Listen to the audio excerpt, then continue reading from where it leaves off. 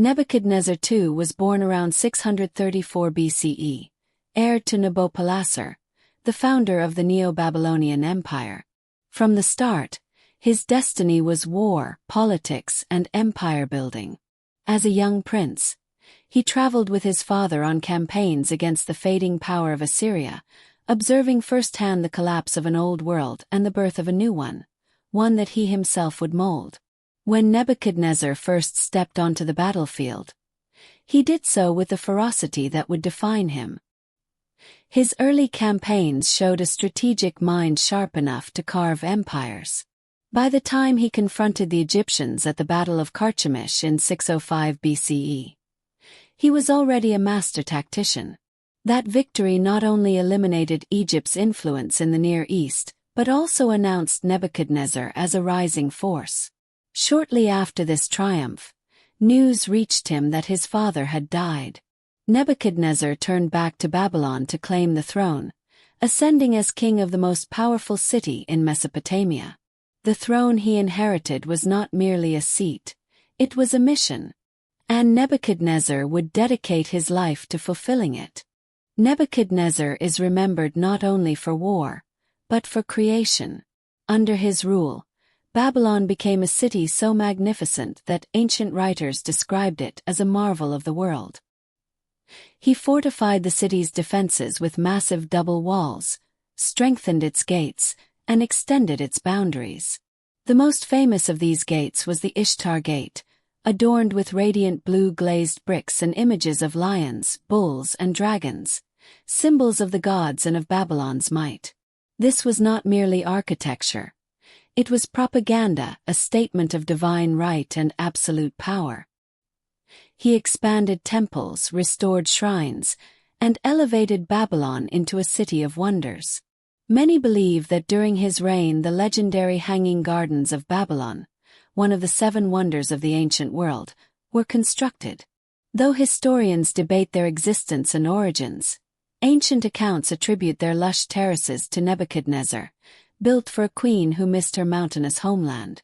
At night, the city glowed with torches reflecting off polished stone. At dawn, its ziggurats caught the first light.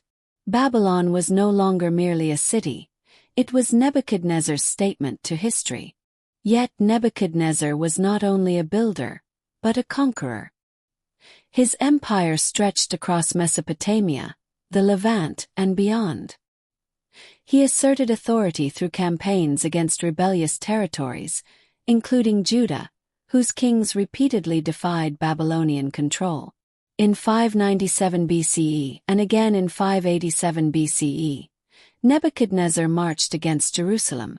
The second campaign ended in the destruction of Solomon's temple, the burning of the city, and the exile of its people. This event, the Babylonian captivity, would shape the future of Jewish history, theology, and identity. To Nebuchadnezzar, these military actions were not cruelty but strategy. Every rebellion was a threat not only to his empire, but to the order and honor he believed he was ordained to maintain. His authority was absolute, his power unmatched.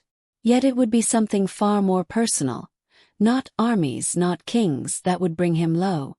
Among the most dramatic accounts of Nebuchadnezzar's life are the events described in the Book of Daniel. Whether one approaches them as literal history, symbolic narrative, or theological literature, their influence on the legacy of Nebuchadnezzar is undeniable. According to the story, Nebuchadnezzar had a troubling dream. A towering figure of gold, silver, bronze, iron, and clay, shattered by a stone not cut by human hands. The prophet Daniel interpreted the dream as a warning that Nebuchadnezzar's kingdom, though mighty, was only one part of a larger divine plan. But the king's pride grew. He commissioned a colossal golden statue and demanded that all bow before it. When 3 Jewish captives, Shadrach, Meshach, and Abednego, refused, Nebuchadnezzar ordered them thrown into a blazing furnace. Yet they survived, unharmed, which shook the king's certainty in his own gods and power. Still, the greatest shock was yet to come. Another dream followed. This time, Nebuchadnezzar saw a mighty tree chopped down, leaving only a stump bound with iron and bronze. Again Daniel interpreted the vision. Nebuchadnezzar's pride would lead to his fall. He would be driven away from people, living like a wild animal, until he acknowledged that his power was not his own. According to the narrative, these words came true. Nebuchadnezzar's mind fractured. He wandered from civilization. He lived in the wilderness, eating grass like cattle, his hair growing long and unkempt, his nails like claws. For a king who had commanded nations, this was a descent beyond humiliation. This was exile from his own identity. Whether this episode reflects a real psychological illness, a metaphor for hubris, or a symbolic record, it remains one of the most striking accounts of a ruler's downfall in ancient literature. After a period, 7 times, the texts say, Nebuchadnezzar's sanity was restored.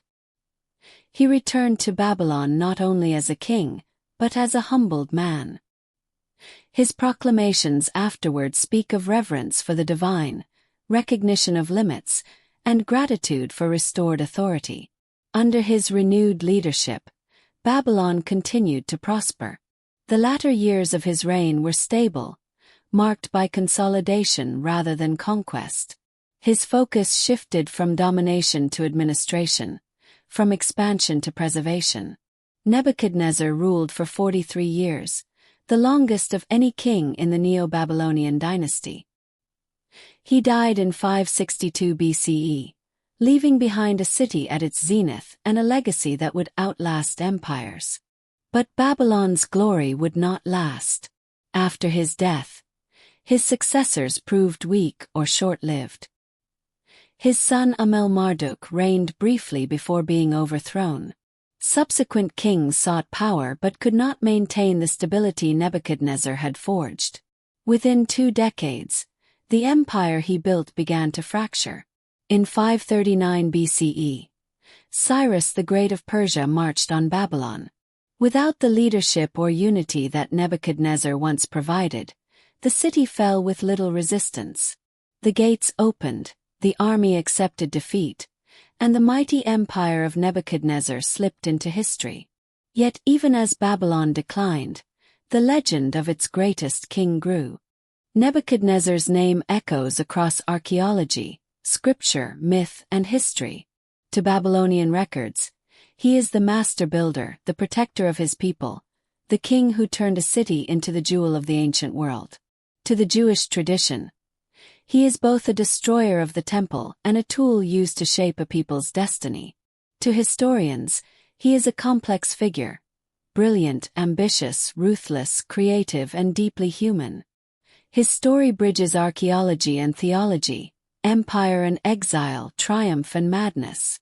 It stands as a warning against unchecked pride and as a testament to the heights and depths a single life can reach. Nebuchadnezzar built Babylon, but Babylon built his legend. And though its walls have crumbled, his story endures, etched into scripture, stone, and the collective memory of civilizations. This has been the story of Nebuchadnezzar, the king who rose like a lion, fell like a man, and remains immortal in history.